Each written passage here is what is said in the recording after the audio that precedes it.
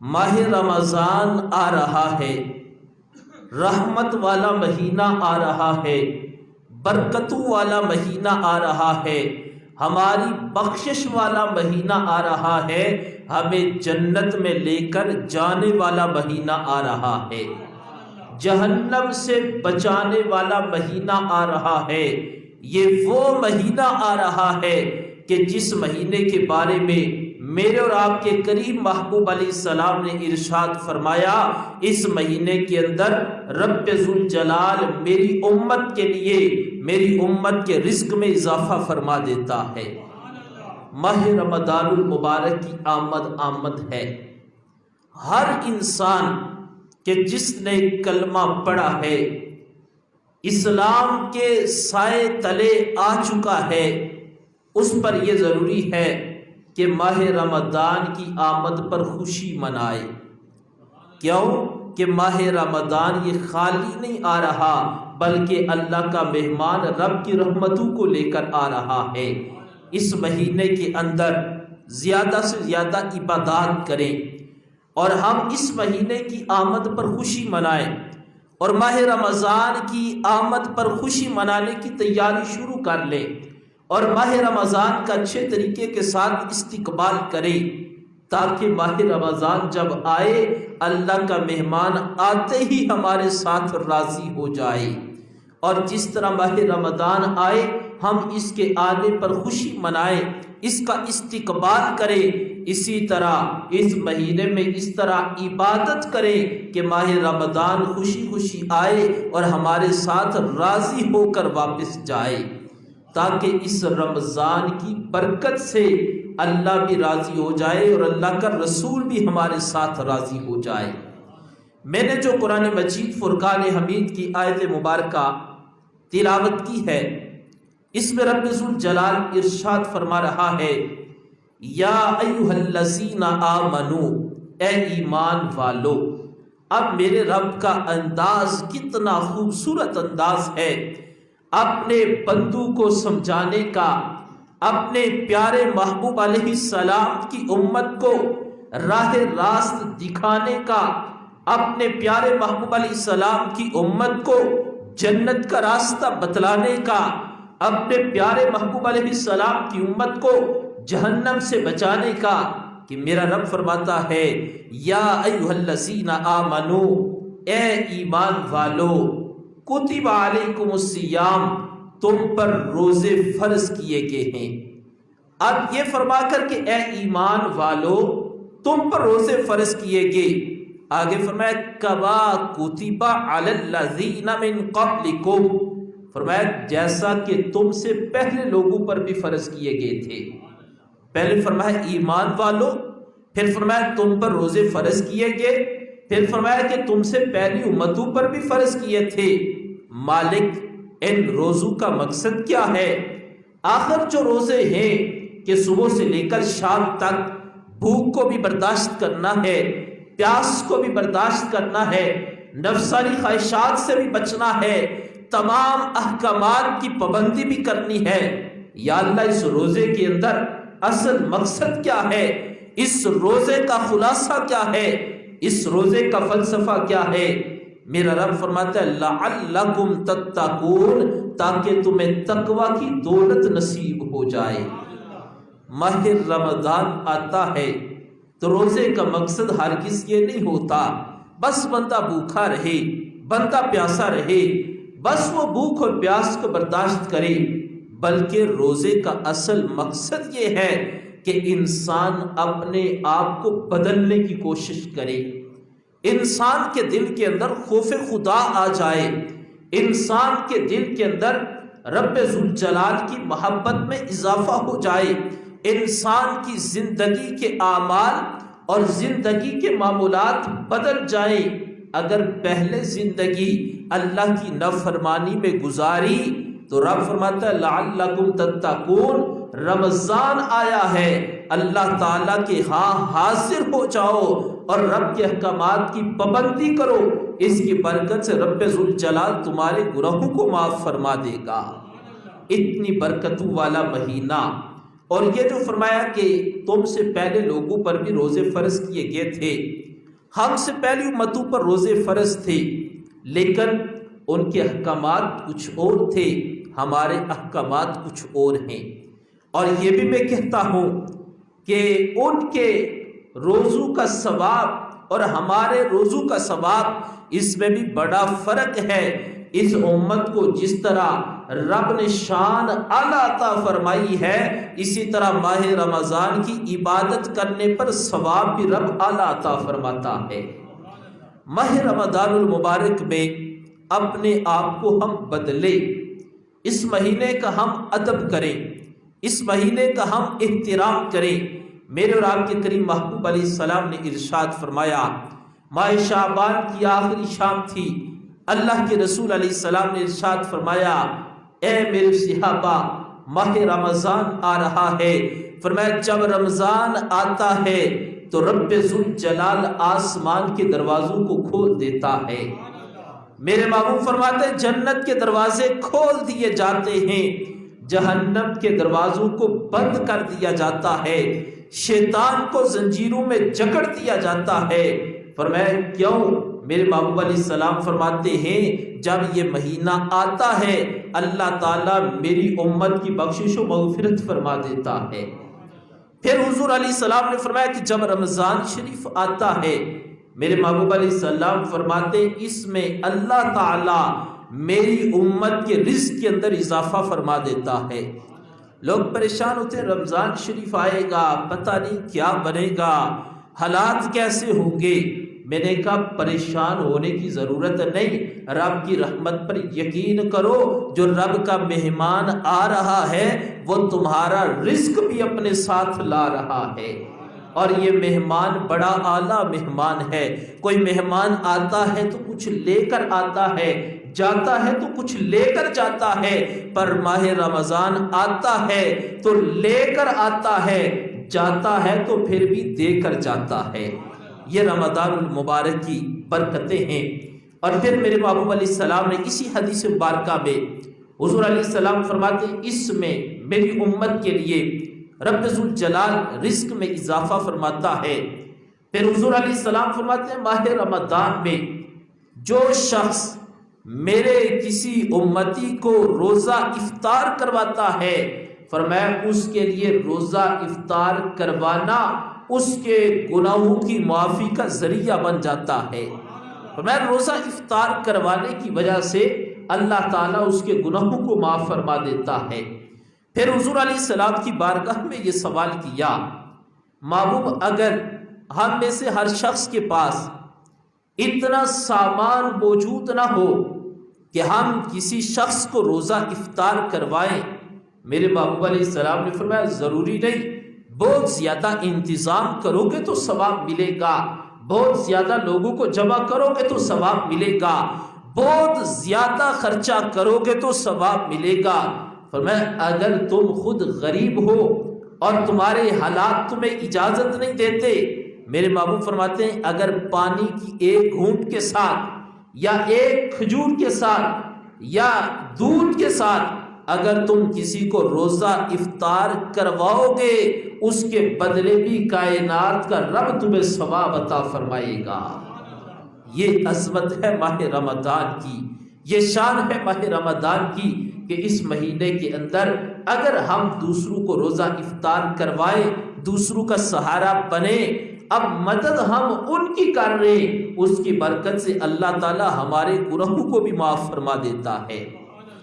حضرت سیدنا مولا علی مشکل کشا شیر خدا رضی اللہ تعالی عنہ، آپ کا گزر ایک دفعہ قبرستان کے قریب سے ہوا۔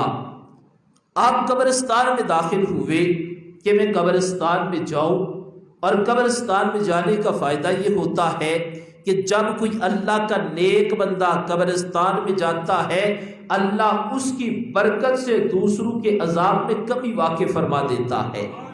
اب مولا علی مشکل کشا شیر خدا رضی اللہ تعالیٰ عنہ آپ قبرستان میں گئے، وہاں پر آپ نے قبر کو دیکھا تو رب کی بارگاہ میں آپ نے التجا کی، آپ کے دل کے اندر یہ تمنا پیدا ہوئی کہ اس قبر کے جو حالات ہیں کاش کہ مجھے معلوم ہو جائے۔ جب یہ آپ کے دل میں تمنا پیدا ہوئی، آپ نے رب سے دعا کی، اللہ تعالیٰ نے آپ کی دعا کو قبول فرما لیا۔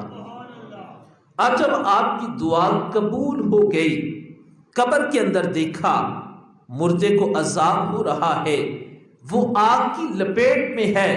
حضرت سیدنا علی المرتضیٰ رضی اللہ تعالیٰ عنہ، آپ نے یہ آواز سنی کہ مردہ کہہ رہا ہے، اے مولا علی، اس وقت میں آگ کی لپیٹ میں ہوں۔ تو آپ نے رب ذوالجلال کی بارگاہ میں دعا کی، اے اللہ تو اس کو بخش دے اور اس کو عذاب سے نجات عطا فرما دے۔ اب غیب سے آواز آئی، اے علی، یہ جو بندہ ہے کہ جس کی قبر کے قریب آپ کھڑے ہیں اور اس کے لیے دعا کر رہے ہیں، یہ وہ بندہ ہے جو ماہ رمضان المبارک کی بے حرمتی کرتا تھا۔ اب بے حرمتی کس انداز میں؟ کہا یہ دن کو روزہ رکھتا تھا لیکن رات کو گناہوں میں مصروف ہو جاتا تھا۔ ایک طرف وہ دن کو روزہ رکھنا، دوسری طرف رات کو گناہوں میں مصروف ہو جانا۔ لیکن اگر آج کے حالات پر ہم اپنے حالات پر غور کریں، ہماری آنکھوں کے سامنے، ہمارے محلے میں، ہمارے رشتہ داروں میں کتنے ایسے حضرات ہیں جو ماہ رمضان میں روزہ ہی نہیں رکھتے۔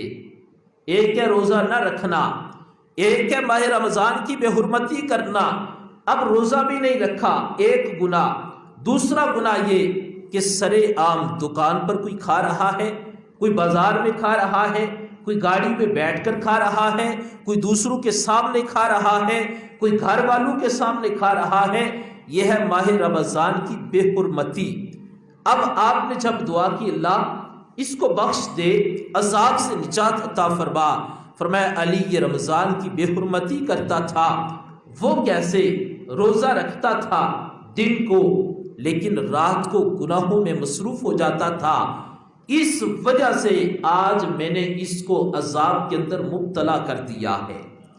اب جب حضرت مولا علی رضی اللہ تعالی عنہ آپ نے یہ سنا کہ روزہ بھی رکھتا تھا لیکن رات کو گناہوں میں مصروف ہو جاتا تھا، لیکن ادھر جب آپ نے دیکھا کہ اس کو عذاب بھی ہو رہا ہے، آپ نے اپنا سر انور سجدے میں رکھا اور رب کے حضور دعا کی، اے اللہ میرے اٹھے ہوئے ہاتھوں کی لاج رکھ لے، اے اللہ تو اس کو معاف کر دے، مالک تو بڑا رحمان ہے، تو بڑا رحیم ہے، اے اللہ تو اس کو معاف کر دے۔ جب آپ نے دعا کی، عاطف غیبی سے آواز آئی، اے علی آپ نے جو دعا کی ہے رو رو کر، ہم نے آپ کی دعا کو قبول فرما لیا ہے اور ہم نے اس کے گناہوں کو معاف فرما دیا ہے۔ اب فرمایا کہ اس کو معاف فرما کر ہم نے عذاب اٹھا لیا ہے، اس وجہ سے کہ اے علی تو نے اس کے لیے دعا مانگی ہے اور تمہاری دعا کو اس کے حق میں رب نے قبول فرما لیا ہے۔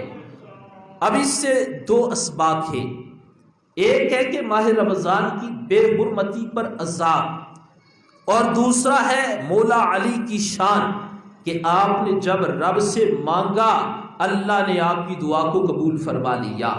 لیکن ایک سبق یہ بھی ہے کہ اب وہ روزہ رکھتا تھا، یہ نہیں کہ روزے رکھتا نہیں تھا، روزہ رکھتا تھا لیکن روزہ رکھنے کے باوجود رات کو گناہوں میں مصروف ہو جاتا تھا۔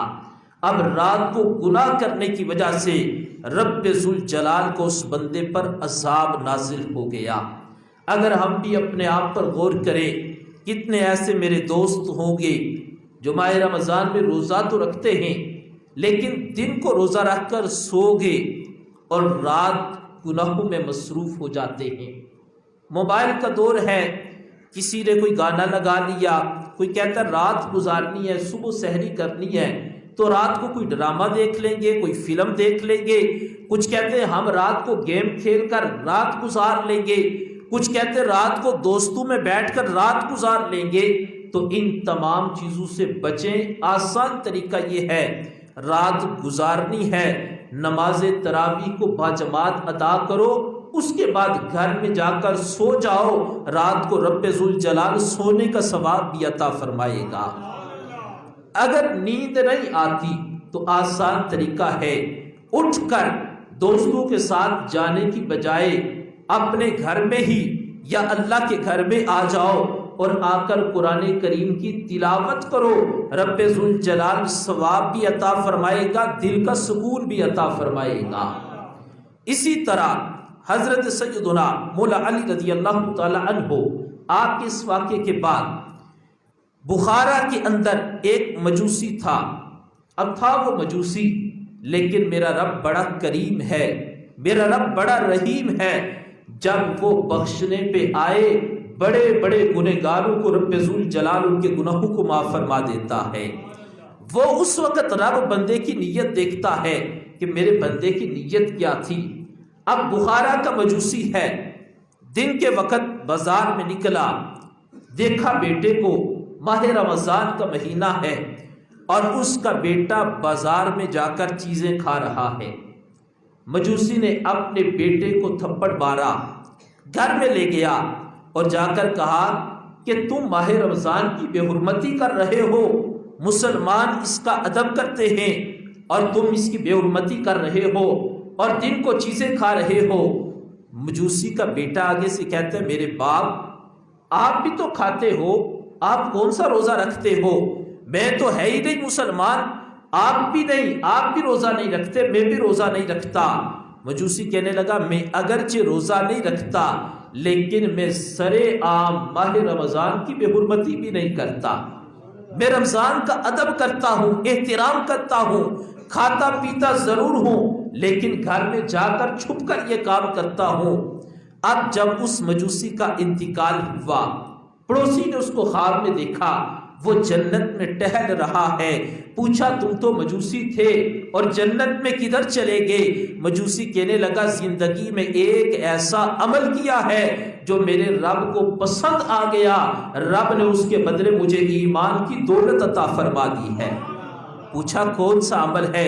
مجوسی کہنے لگا ماہ رمضان تھا، میرے بیٹے نے یہ جرم کیا، میں نے اس کو تھپڑ مارا، اب اس کے بعد جب میرا مرنے کا وقت آیا گیا اللہ تعالیٰ نے مرنے سے پہلے مجھے ایمان کی دولت سے مالا مال فرما دیا۔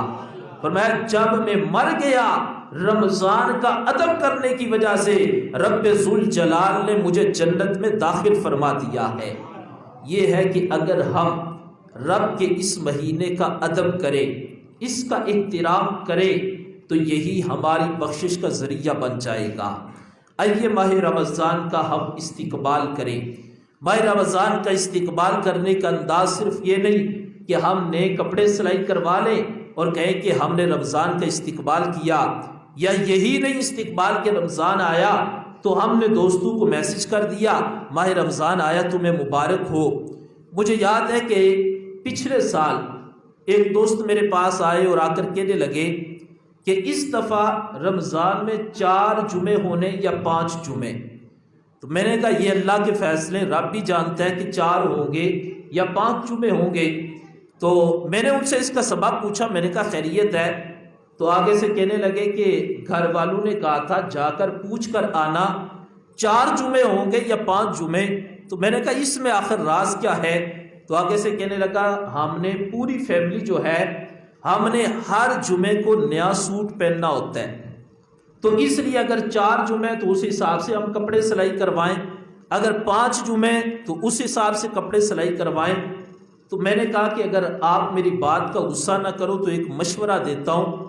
میں نے کہا ماہ رمضان میں اچھا لباس پہننا اس میں حرج نہیں، گناہ نہیں کہ آپ نیا لباس پہنو گے، لیکن فضول خرچی سے بچو۔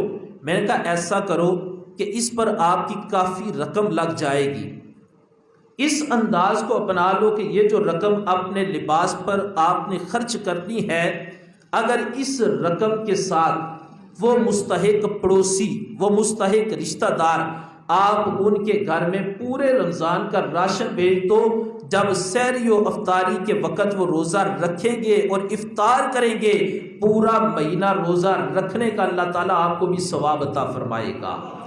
اب ماہ رمضان کا استقبال، اس کا ایک انداز یہ بھی ہے کہ ہم ماہ رمضان کی آمد پر اپنے قریبی رشتہ داروں کو دیکھیں، اپنے محلے میں دیکھیں۔ کچھ وہ لوگ ہوتے ہیں کہ جن کے پاس ہوتا ہے لیکن پھر بھی مانگنے کی عادت ہوتی ہے، کبھی کسی کے دروازے پر، کبھی کسی کے دروازے پر، اور کچھ وہ ہوتے ہیں جن کے پاس ہوتا کچھ نہیں لیکن ان کے اندر خودداری ہوتی ہے، کسی کے آگے ہاتھ نہیں پھیلاتے۔ کوشش کریں ماہ رمضان کے استقبال میں اگر کوئی پڑوسی، کوئی رشتہ دار ایسا ہے جو مستحق ہے تو اس کو ماہ رمضان کے لیے راشن لے کر دے دے۔ اور پھر ماہ رمضان کا استقبال کس انداز میں کرے؟ یہ مہمان عام نہیں ہے۔ ہمارے گھر میں کوئی مہمان آ رہا ہو، پتہ چلے کوئی بہت بڑا مہمان آ رہا ہے تو ہم پوری تیاری کرتے ہیں، گھر کی صفائی کرتے ہیں، تمام انتظامات مکمل کرتے ہیں، یار فلاں مہمان آ رہا ہے، آئے گا کچھ لائے گا، جائے گا کچھ لے کر جائے گا، لیکن ماہ رمضان آ رہا ہے تو رب کی رحمتوں کو لے کر آ رہا ہے، جب جائے گا تو وہ ہمارے گناہوں کو معاف کروا کے جائے گا۔ اس لیے ماہ رمضان کا استقبال اس انداز میں کریں کہ 5 نمازوں کی ہم پابندی کریں۔ اللہ کا گھر ہے اور اللہ کا مہمان آ رہا ہے، آؤ جتنے ہم بیٹھے ہم نیت کریں ماہ رمضان کی آمد کی خوشی میں ہم 5 وقت باجماعت نماز کا اہتمام کریں۔ یہ بھی طریقہ ہے استقبال رمضان کا کہ اللہ کا مہمان رمضان آ رہا ہے، رمضان کے آنے سے قبل ہی ہم 5 وقت کے نمازی بن جائیں، جب رمضان آئے تو اللہ کے گھر آباد ہو جائے۔ لیکن ہوتا کیا ہے، ماہ رمضان آتے ہیں پھر بھی ہماری حالت وہی رہتی ہے۔ اس لیے یہ میں گزارش کروں گا کہ ماہ رمضان کا پیغام، ماہ رمضان کا استقبال ہم مسجدوں کو آباد کر کے ماہ رمضان کا استقبال کریں، اور پھر ماہ رمضان کا استقبال قرآن سے اپنا تعلق مضبوط کریں۔ اللہ ماشاءاللہ اگر میں یہ سوال پوچھوں یا ہم اپنے اپنے دلوں سے سوال کر لیں کہ جب سے رمضان، پچھلا رمضان ختم ہوا اس وقت سے لے کر آج دن تک، کیا ہم میں سے کسی نے پورا قرآن کریم مکمل کیا؟ کیا ہم میں سے کسی نے پورے قرآن کریم کی تلاوت مکمل کی؟ اگر نہیں کی تو میرے دوستو، میرے اور آپ کے لیے سمجھنے اور سوچنے کا مقام ہے۔ پچھلے سال ہم میں کتنے ایسے بزرگ تھے، ہمارے دوست تھے جو رمضان میں ہمارے ساتھ تھے، لیکن آج وہ دنیا سے جا چکے، ہمارا بھی کوئی پتہ نہیں کب چلے جائیں۔ یہ رب کا شکر ادا کرو کہ رب نے زندگی میں ایک مرتبہ پھر ہمیں رمضان عطا فرمایا ہے۔ اللہ تعالی ہمیں ماہ رمضان کا اچھے انداز میں استقبال کرنے کی توفیق عطا فرمائے، اور اس مہینے میں اللہ ہمیں زیادہ سے زیادہ عبادت کرنے کی توفیق عطا فرمائے۔ وما علینا الا البلاغ۔